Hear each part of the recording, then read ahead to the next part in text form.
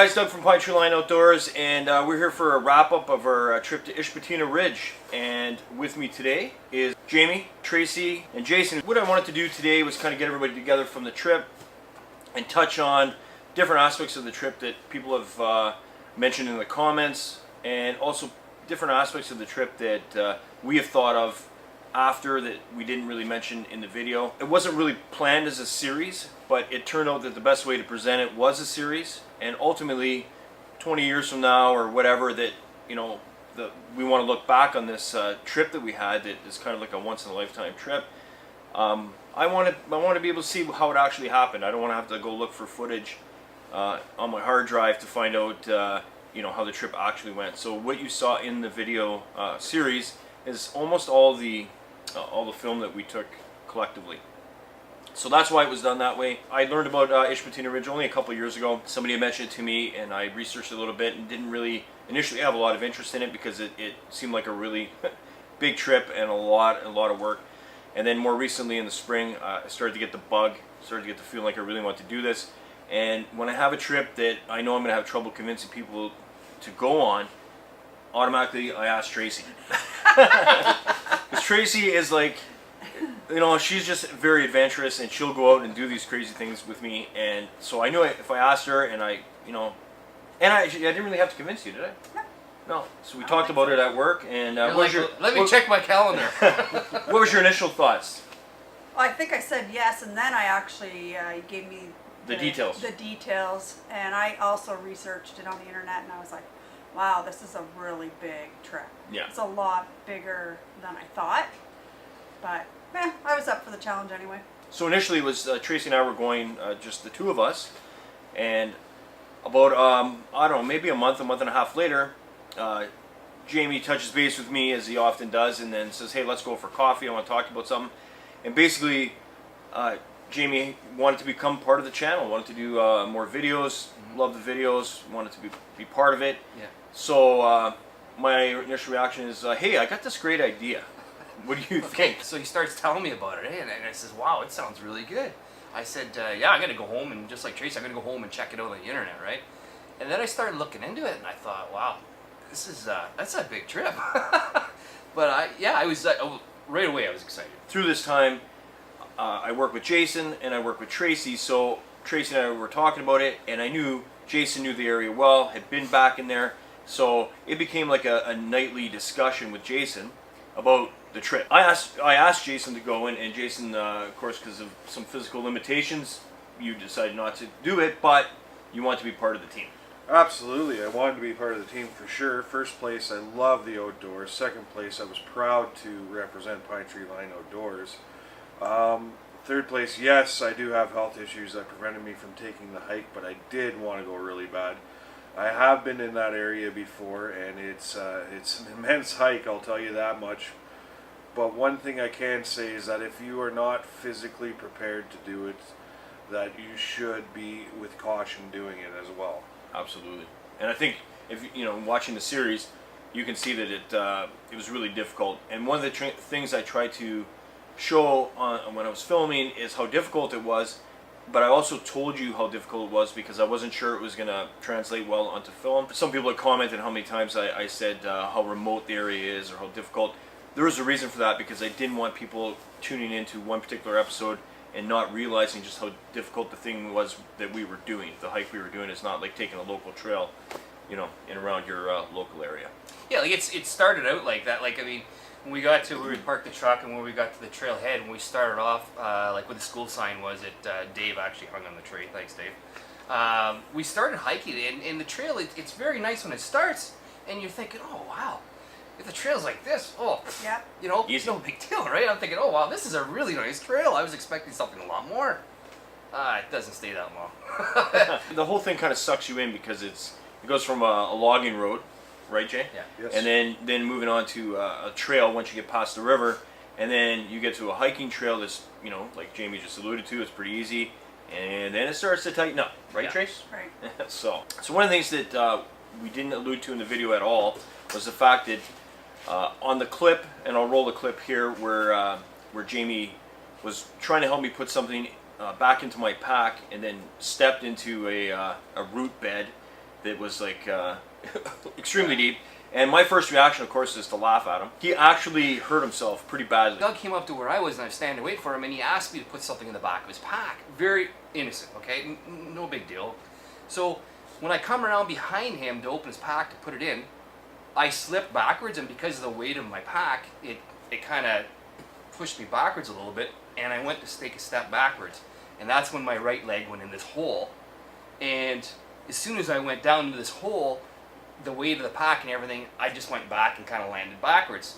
So I kind of sat there for a minute, and we were kind of laughing about it. It wasn't long before I started to feel my right leg. And it was maybe 15 minutes into the hike, and I thought, in the back of my mind, you know, I might have stretched something in my leg. And I didn't say nothing about it, I just kept walking. And I thought, oh, you know what, it's no big deal, right? But when we got to, and all this, like, I mean, Scarecrow Lake was the worst by far of the hike. Yeah. From the lake, from when you get down to it, and you got to walk around it to where base camp was. That was the worst part of the whole hike. As far as trees down, some parts when you're walking, the hill was like on a slant like that, so you have no choice to stay by the water. And you got to go over trees or under them. You take your pick. What, you know, do you want to go over it or under it? So that's basically what we ran into. It kept getting worse. And by the time I got to the base camp, I was limping pretty bad. Like when I woke up, I could barely bend that leg. So you see the sticks out front. Yeah, those are my makeshift crutches, and so I use them to get up to the ridge, the tower, and back and out. That's why if you see in the video when we got to the top there, yeah, I was a little emotional. Like, I mean, it was a lot to deal with. Emotional. And you know, like Jason was saying, like if you have to be physically and mentally prepared to do something like this. Somebody else asked about water, and so what ended up happening is we each brought some water, a cup, probably a liter or between a liter and 2 liters, water bottles, and I brought a couple of water filters. I ended up using my Be-Free Catadine, Be-Free 1 liter water filtration system. So basically, I was filling their water bottles and my own with that system, so we didn't have to carry a whole lot of water. A lot of people asked about that. You don't want water's the heaviest thing to carry, so you don't want to carry a lot of it. Yeah. Somebody had mentioned yesterday, Art from foreignmre.com, had mentioned about you know, stashing water along the hill when you go up on a hike like that. It's actually a pretty good idea. We could have planned, you know, more water and actually left it on the side of the trail. I've done things similar like and on that. the way back down. Yeah, that's smart. One of the things that was touched on in the comments was the fact that there was didn't appear to be any flat ground anywhere along Scarecrow Lake, which is true. There was absolutely, you're kind of right at the end of you're at the foothill, and there's no flat spot. So was there anywhere we could have camped? No. No. The importance of the flagging tape. And I did mention in the video, so I'm not going to go on and on about it, but once again, there were areas where you could not see the trail. It was not clearly defined. It had been grown in. A lot of There's times some we were areas, wondering, are we in the right spot until you saw another piece of flagging. Exactly. It's like, The oh, time- Especially in our area, Northern Ontario, that you have to be aware of is you can't always, as you said, Doug, rely on these flags, because flags behind there are not just used for hiking trails. They're used for prospecting, for mining. They're used for somebody that was even trying to make the new trail and they realized, oh, this isn't going to work, and they didn't bother to take the flags down and misleading you. They're used for trap lines. They're used for all sorts of things. Logging.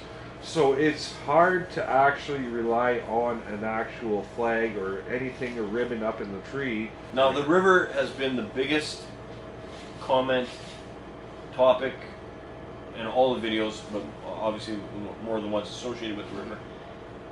And crossing the river.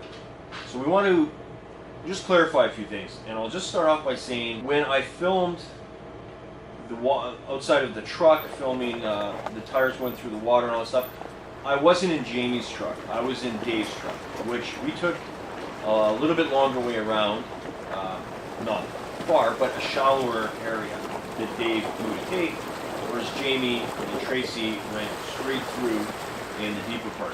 So for people that said, well, it doesn't look that deep, the way we went, it wasn't as deep as where Jamie went. So just so you know, I don't know how high your truck is, but you have a... Okay, so and in the comments where it didn't look that deep, well, I'll tell you what, my truck sits pretty high off the ground.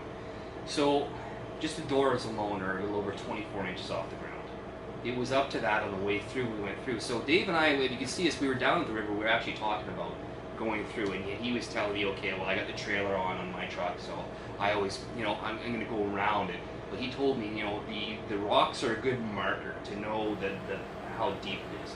You can see the rocks, you're okay to go through the middle with my truck. So the next day when we came back, it was dark out to come back through, and I had my travel light on front, which is an LED light. It was over that on the way through, coming back at night. So how much higher was the water when we came It back? was over 4 inches higher on the way back through. So like my light bar is 28 inches off the ground, it was over that on the way back through. So just to give you an idea of that river, Yeah. it changed 4 inches overnight between the day we came through. And I think that kind of is what Dave was talking about when we were at the North River. The fact that different times of year, I mean, it's impossible to cross that river. It can change overnight. We had, we had some rain, but not a lot, and it went up 4 inches. If there had been a rainstorm or something like that, maybe we're not getting through. Another thing that people commented on is the fact how much garbage was at the campsite. So it appears to me like as people come in, they leave one or two things behind. I didn't think it was that bad though, considering when people I know it doesn't take many people to show up in the bush and to leave a mess. You're right. There was a couple towels hanging there. There were some tarps that were left there. But to tell you the truth, socks. if somebody leaves a tarp there, I'm not mad at somebody at all, because they actually had tarp over some wood that was there, and they kept it dry. So it was actually fairly smart. And we actually used the tarps to put up in a certain area because we thought, okay, if it rains really bad, we got an area that's tarped off. I had some bungee cords in my pack that we were going to move everything and cook underneath the tarp. It didn't get that bad, so we really didn't need that area. I took down the tarp, kind of hung it over the clothesline that was there. Yeah. And so, you're respectful for the next people that come up. There was a can of bear spray. It was, I think, from 2007 or something. Yeah, it was old. But either way, I guess, I had bear spray with us anyways, but I guess it would make people feel more comfortable having that. But otherwise, along the trail, there were flip-flops. You saw Water boots in bottle. the... Water bottle. Yeah, a lot of water Actually, bottles. it Like a was- full water bottle. It was But I think on what a happens tree. is, and we can attest to that, when you're climbing over and under trees, stuff gets knocked off your pack, and if you don't have somebody behind you checking on your stuff, you're going to lose some stuff, and you're going to lose some stuff and I could see where the flip-flops were hanging off someone's pack, or the water bottle, and it got off. In this case, that campsite is pretty much the only campsite for Ishpatina Ridge for this climb. A lot of people use it, so the stuff will get used, or it will be taken out by somebody eventually. Again, that's just the way it is. So, closing remarks, Jay, your involvement, of course, was pre-planning, pre-trip, and then getting us to a certain point. I don't know. For me, it felt really kind of weird when you weren't coming the rest of the way. I kind of felt bad. What are your thoughts on the whole thing? I'm glad that you guys had seen something that Ontario has that is not necessarily kept secret, but not too many people know about. And I'm happy that Pinetree Line Outdoors can spread the word of this. I'm very proud of where I'm from. I'm proud of the beauty in the nature that we have around us. Tracey, final thoughts? I want to say that I'm really glad that I did this. Thanks to Dave and Colette, for sure. We probably never would have made it without their help. Unfortunately, we didn't get a fourth person. I was hoping that we could get another girl to go. So I encourage women, girls of all ages, to get outdoors and be adventurous, like Jay said. You can do this. It's not just for the guys. Absolutely. And yeah, it was a lot of fun. It was hard, very challenging, but I'm very glad I did it. Take my hat off to Tracey, first of all, for doing the hike. To see how she pushed through, never complained once. Just took it like a champ. Yeah. I mean, you did an awesome job, Tracey. Well, so did you, being hurt too. I want to mention that as well. I texted Doug later, either that night or the next day, and said, "How's Jamie's leg?" Because I'm pretty sure if that was me that was hurt, I'm glad it wasn't, because I don't know what. Actually, I'll throw in a picture of Jamie's leg right here, because Yeah, he had texted me a picture of his. pretty ugly. Yeah, I'm glad it wasn't me, because I don't know if I would have been able to push it. Take my hat off to anybody that does the Ishpatina hike. It was all the journey to get there, right? The bridge, the crossing, the river, all of that along. And I want to say thank you to Doug for his hours working behind the scenes, editing and putting together the series. He did a bang up job. Like, it was awesome. Yeah. So I'm thankful that you know, we were able to take this hike together and to share it with everybody out there. And so anyone that's, you know, thinking about taking this on and going to Ishpatina Ridge, oh man, do it. Just do it, man. But do it right. Make sure you have people involved. It was an amazing trip, and you know, I look forward to the next big trip. For myself, there's a lot that goes into it, a lot of planning, but having people like, you know, like Jay that, you know, I can talk to every day about something, because it's right basically where he grew up in that area, just north of that area, was extremely helpful. Having these guys, like I said on the trip, there's no people I'd rather be with other than them, because I know they have that adventure spirit. If you haven't watched it and you're watching this video, that you go back and check it out. I think it's worth your time, and I think it's a fun and interesting journey, and it's just something really cool. So personally, I just want to thank Jay, I want to thank Tracy, I want to thank Jamie, I want to thank Dave and Colette. All these people were part of the journey. To everybody's families and loved ones who gave up having these guys at home for Thanksgiving weekend, which was another reason why the video, we didn't stay the extra night. It was our Canadian Thanksgiving. So that's another thing. Thanks to all of their families for allowing them to come with me. Get out there, enjoy adventure. Take care, guys.